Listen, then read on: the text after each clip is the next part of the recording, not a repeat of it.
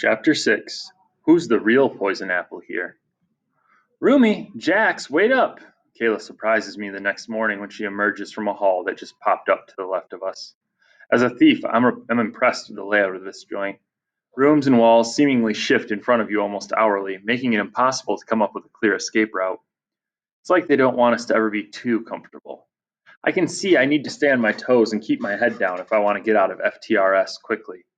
I just witnessed two sprites getting hauled off to detention for having a wand battle that lit a chair on fire. You guys okay? Kayla whispers hurriedly. She's practically floating, her toes barely touching the ground. Did you get detention with the sea witch? Don't hate me. I'm sorry I bailed. Her face scrunches up like my brother Hamish's does when he's feeling guilty. I cannot get my third detention in a month. And I can? Jax asks, slinging his book bag over his shoulder. If it weren't for your new roomie here, I'd be doing the waltz this afternoon with Madame Crazy. Thankfully, this one can spin a good yarn. Jax high fives me and I blush. No one usually compliments me on my lying skills, even if they are stellar. She's the best, Kayla seconds and squeezes my arm. Her hand is ice cold. If I were that great, you'd think Kayla would have slept in our room last night. Instead, I had to find my way to the girls' dorm tower on my own after Professor Wolfington let us go without warning. Then, after I got to the tower, I found a note on the magic chalkboard on her door that said, Sorry, pulling all-night study session. Have a great first sleep in our room, Kay. If you're that good at covering for people, maybe you can bail me out next time I'm in a jam, Kayla suggests, and Jack's laugh echoes down the long hall that keeps swaying. I feel like I'm walking on a balance beam. You're always in a jam because you're never where you say you are, Jack says. True, Kayla says with a sigh. Where do you always sneak off to anyway? Jax asks. Kayla smiles mischievously. A good crook never reveals her secrets. You should know that. Former crook, Jax repeats as if he's reading from one of the many self-help textbooks I found in our dorm room with titles like Three Steps to Good and Sinister to Sweet. Bells chime to announce that class is starting, and I cover my ears because they're so loud. They're probably deafening to keep anyone from using the famous lateness excuse. I didn't hear the bell. Well, I did, and I'm about to get my first tardy.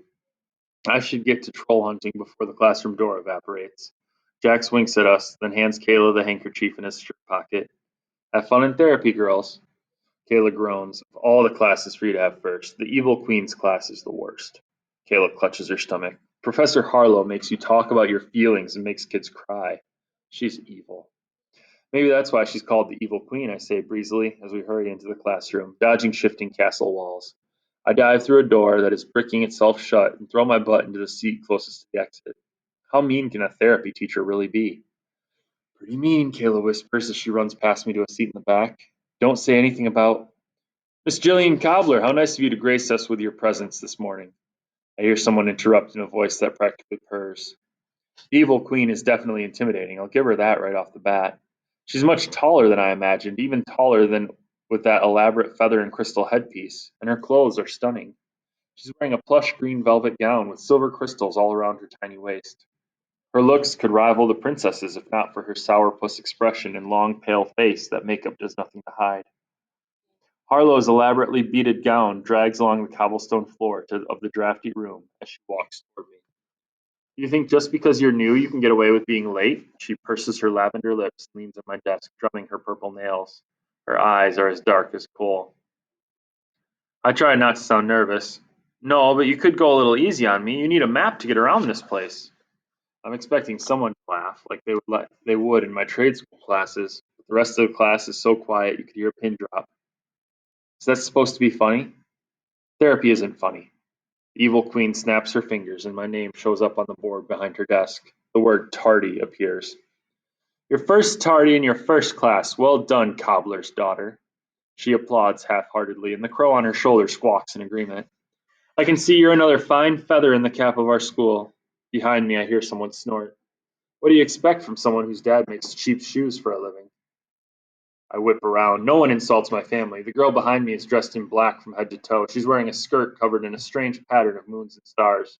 Why doesn't she have to wear a uniform? Excuse me? You heard me, she says coolly, her jet black eyes staring right through me. Think you could do something about it? A lowly cobbler's daughter? I'm thunderstruck. The Evil Queen may seem evil, but is she really going to let this girl talk to me like that? I look around for allies. This is the first chance I've had to size everyone up. Trade school is mostly made up of humans and your occasional troll. Here I see students who are ogres, goblins, mermaids, fairies, gnomes, and magical creatures I've only read about in storybooks. There are even desks and giant fish tanks. Two mermaids zapped into them while this girl was being rude to me. Other than her, the mermaids are the only two not forced to wear these itchy navy uniforms. For starters, I can deck you hard enough to knock you out of your chair, I say, anger bubbling up inside me. I rise from my chair. That should keep you from insulting people you don't even know. I hear a high pitched laugh and then feel long fingers digging into my shoulder. Sit down, Miss Cobbler, before I send you to detention. First a tardy, and now you're threatening my sister. This girl is the Evil Queen's sister? If Harlow's sister is an FTRS too, she must be really bad news. My professor tisks. You certainly want to get on my bad side, don't you? Not sure that's wise. She snaps her fingers, and behind her the board starts to write more notes. Jillian Cobbler, anger issues, problems with authority, threatening other students, recommend extended stay. My heart plummets. Professor Harlow leans close to my face. She smells like roses. Do you two need to take this outside? She asks. I'm fond of letting students work out their issues with a little fencing. After all, I do coach the team, and my sister Jocelyn is our star fencer. Fencing was one of the after school clubs I actually wanted to try out for, before I knew the evil queen was the coach. I've only practiced fencing with our fireplace poker, but Mother said I have a knack. Looking at Jocelyn, I'm not sure having a knack is enough, and the last thing I want are problems that will keep me at FTRS longer. As much as it kills me, I can't help but sigh. No. Smart choice, Professor Harlow coos. Jocelyn leans forward so that her hot breath is on my neck. Better watch yourself, cobbler's daughter, she whispers. People who cross my family don't live to tell the tale. Or haven't you heard what we can do with an apple? I turn around to shoot her a nasty look, and Jocelyn smiles evilly. Since this is your first group session, Miss Cobbler, maybe you'd like to share how you wound up at FTRS. Harlow moves back to her desk and takes a seat. I notice a clear glass case with a tiny gold mirror inside. What's so special about that thing that it needs to be locked away? I wonder, and I feel a chill when I realize Harlow's eyes are on me. I look away at a large crystal bowl on her desk. Almost every student dutifully brought the evil queen a bright red or green apple that looks as if it's been polished with shoe lacquer. I didn't bring one, which is probably another sore spot. Um, there's no way I'm sharing anything in here. Professor Marlowe mocks in a high pitched voice. Is that all you have to say for yourself? She drums her fingernails on the crystals on her sleeves. How proud your parents must be for your remarkable intelligence. A few people laugh. Jocelyn's the loudest. My eyes narrow, even though I know they shouldn't. I said because there really isn't anything I want to share. Weakness is not a characteristic you want to share with the world, I can hear father say. Harlow snaps her fingers, and I feel a cold swirling sensation come over me. The room is suddenly windy, and my hair blows in front of my eyes, preventing me from seeing what is happening. Then, just as suddenly, the wind dies away, and our desks have been arranged in a circle. It must be time for group sharing. My classmates look somber, and it's easy to see why. From the windowless walls to the numerous torches that cast eerie shadows on the wall, to the blackbird perched on Professor Harlow's shoulder, the vibe is sort of creepy. How is this a room for bonding? Maybe a casual group setting will help make you more eager to fess up. Harlow appears in front of my desk again as if by magic. No one can move that fast. Share, Miss Cobbler. Now, she says sharply. I open my mouth, knowing another obnoxious comment will just land me in hotter water, but a short, stocky troll girl beats me to the punch. I don't mind going first, she says. I smile at her gratefully. Harlow whirls around, her cape flying in the air behind her. It's like it's going to give her wings. Then go. Hi everyone, I'm Maxine. She tugs on one of her large ears, which are covered in earrings of every gem and stone found in the Enchantasia mines. Hi Maxine, we all say like we're supposed to. I've been thinking a lot about the Troll War, maybe because I lived through it, she says softly. I watch as one of her eyes goes down as she speaks while the other stays in place. Things I saw still keep me up at night. You're a troll, Jocelyn pipes up. You're supposed to be up at night, lurking around. A girl next to her snickers, and I give them both the evil eye. Jocelyn, Harlow says in a light tone. Let her finish, and no name calling, she adds. That's my job. Go on, Maxine. I keep wondering when the war will finally be over. Maxine side eyes Jocelyn, one eye rolling in its socket. When no more lives will be lost. Never, Jocelyn jumps in. We should let trolls and goblins all kill each other. Who needs either of them? Poor Maxine looks at like she's going to cry, and I snap. Who does Jocelyn think she is? We could say the same thing about your family, I speak up. A lot of people think the evil queen should have been banished after what she did to Snow White. Who wants your family in Enchantasia either? Jocelyn stares at me darkly, and I feel a deep pinch sink into my right arm. Ouch. How'd she do that? Temper, temper, Miss Jillian, Professor Harlow tisks, but she sounds pleased. You wouldn't want me to give you your first detention for telling lies, would you? Excellent sharing, Jocelyn. Jocelyn smiles smugly, and I roll my eyes. Squawk! Elder the Crow swoops in and lands on my desk. Squawk! It's like he's reporting me for eye rolling, which is just plain insane, and yet Professor Harlow puts out her hand and Aldo flies back onto her shoulder. The two stare at me disapprovingly. Harlow's eyes travel down to my lace up boots. What are those? She asks. Those shoes are not proper uniform attire. Surely the shoemaker's daughter can afford shoes at least. They hurt my feet, I say, and they're ugly. Harlow snaps her fingers, and my favorite boots are gone, and the ugly black shoes are on my feet. What the? Too bad. You can have your old boots back when you learn how to fly like Eldo. Now, Miss Maxine, let's talk about being a troll. Do you feel ashamed to be such a creature? What? Maxine cries. It's such a mean thing to say, Professor. I was just joking, darling, the evil queen says. I wanted to see where your emotions were, and now we know, don't we? You're ashamed of being a troll. Thump. We all look up. I'm thankful for the distraction. Thump, thump, thump. Professor Harlow looks up at the ceiling in annoyance, but annoys the sounds.